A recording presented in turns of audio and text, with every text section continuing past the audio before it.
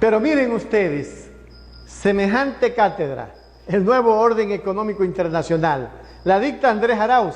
¿Qué tal si aprendemos un poco de aquellos florindos para que puedan discernir y no amenazar de muerte a la gente que está con los más pobres y con los más humildes?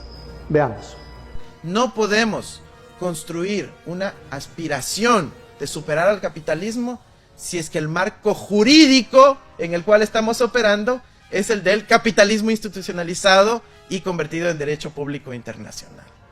Este capitalismo financiarizado, transnacional, que tiene un elemento cognitivo enorme, es el que disputa los sentidos comunes, el que trata de alterar nuestro comportamiento y nuestra forma de ver y entender el mundo, tiene un andamiaje jurídico que ha sido construido para ese fin. Ya decía Yanis que las fuerzas del capital, las fuerzas de derecha, las fuerzas conservadoras y hegemónicas lograron construir un sistema hegemónico, pero ese fue un proceso labrado paso a paso, en donde institucionalizaron la filosofía del capitalismo financiarizado en el derecho público internacional. Y estamos hablando de la cristalización de la OMC en los 90s, lo convirtieron en un organismo, todos los países ratificaron el mismo cuerpo legal. Y esto es elemental de entender, porque cuando quienes hemos participado en proyectos progresistas, en el ejercicio de gobierno, y a veces recibimos críticas de que no logramos transformar nuestros países o en el mundo entero con una gestión desde un país periférico, dependiente, subordinado en términos de la jerarquía internacional, se olvidan que el capitalismo planetario ha quedado cristalizado en el derecho internacional. Es ilegal ser anticapitalista. Es ilegal, en términos del derecho internacional, plantear una alternativa al capitalismo hegemónico. Y no solo me refiero a la OMC y sus acuerdos en términos de comercio de bienes y de servicios, sino en términos cognitivos de, por ejemplo, el acuerdo de propiedad intelectual. Es ilegal copiar ideas. Es ilegal transferir tecnología. Es ilegal democratizar el conocimiento.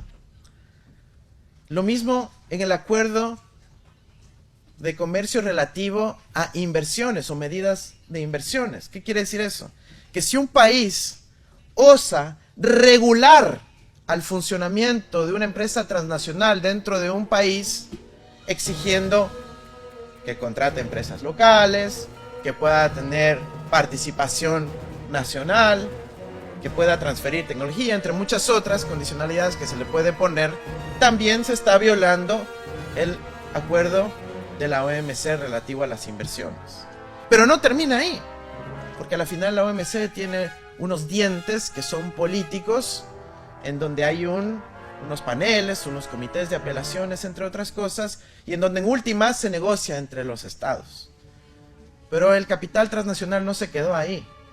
¿Por qué pudieron tener contundentes victorias? Es porque entre los 80s, 90s e inicio de este siglo, implementaron una agenda, particularmente a través de los tratados bilaterales de protección recíproca de inversiones, que desde mi punto de vista son el pilar fundamental de la operación del capital transnacional en el siglo XXI. Y a través de esos TBIs ejercen presión y chantaje, directamente así, chantaje a los estados nacionales que osan regular para el desarrollo. Les puedo dar 1000 ejemplos. Países que quieren establecer regulación ambiental sobre la operación de una transnacional minera en Centroamérica. Les cae un arbitraje en donde, en el CIADI, en el seno del Banco Mundial, porque un país se atreve a establecer regulación ambiental a una explotación minera. Podemos hablar de casos en donde se busca recuperar la soberanía de los recursos naturales en materia petrolera.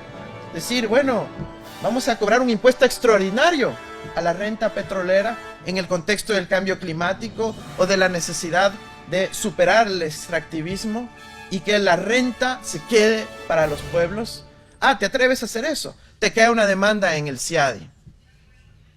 Y a través de estas prácticas de chantaje e intimidación, van alterando lo que se considera comportamiento aceptable o no por parte de un Estado respecto a la regulación de las transnacionales. Y esto antes solía ocurrir solo a los países del sur como principales víctimas del sistema. Pero ahora estamos viendo que el sistema ha vuelto a morder la cola de quienes lo han venido impulsando, y específicamente a los países europeos. Con las regulaciones contemporáneas, las de esta época, las de este año pasado, a las empresas energéticas, resulta que les resulta incómodo ahora sí el funcionamiento de los TBIs y del sistema de arbitraje internacional. Y solo en las últimas semanas hemos tenido anuncios de potencias como Alemania, Francia, otros como Bélgica, Polonia, que han decidido salirse del tratado de la Carta de Energía, que es un mega TBI, un mega tratado de protección de inversiones, que le da impunidad a las corporaciones transnacionales petroleras, energéticas, entre otras. Y sin embargo, en el sur no estamos dándonos cuenta de esta enorme contradicción en el seno mismo del capital transnacional. Y es una gigantesca oportunidad para que el sur, como lo hemos hecho en Ecuador, cuando había un gobierno progresista, en Bolivia, en Indonesia, en India, en Sudáfrica, denunciar, dar por terminados unilateralmente los tratados bilaterales de protección recíproca de inversiones. ¿Y cómo? Con los mismos argumentos que están utilizando ahora los propios países europeos para salirse del Tratado de la Carta de Energía. Eso nos va a dar un margen para poder ahí sí construir el horizonte de la utopía. Es un elemento de una transición indispensable y necesaria para avanzar. Quisiera no detenerme tanto en este aspecto, pero lo considero central en el funcionamiento neocolonial del capitalismo financiarizado y transnacional que vivimos actualmente. Dar por terminados la red de TBIs, que son más de 3.000 en todo el planeta, y son fundamentalmente norte-sur, es un paso indispensable.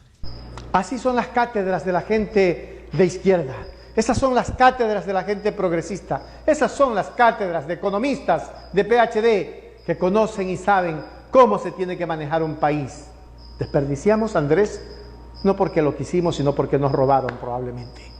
Hoy tenemos en la palestra nuevamente a un hombre joven capaz de dirigir bien este país, al igual que Rafael Correa, que trabaja, como dijo algún estúpido venezolano amenazador y amenazante contra mí, con tu belga.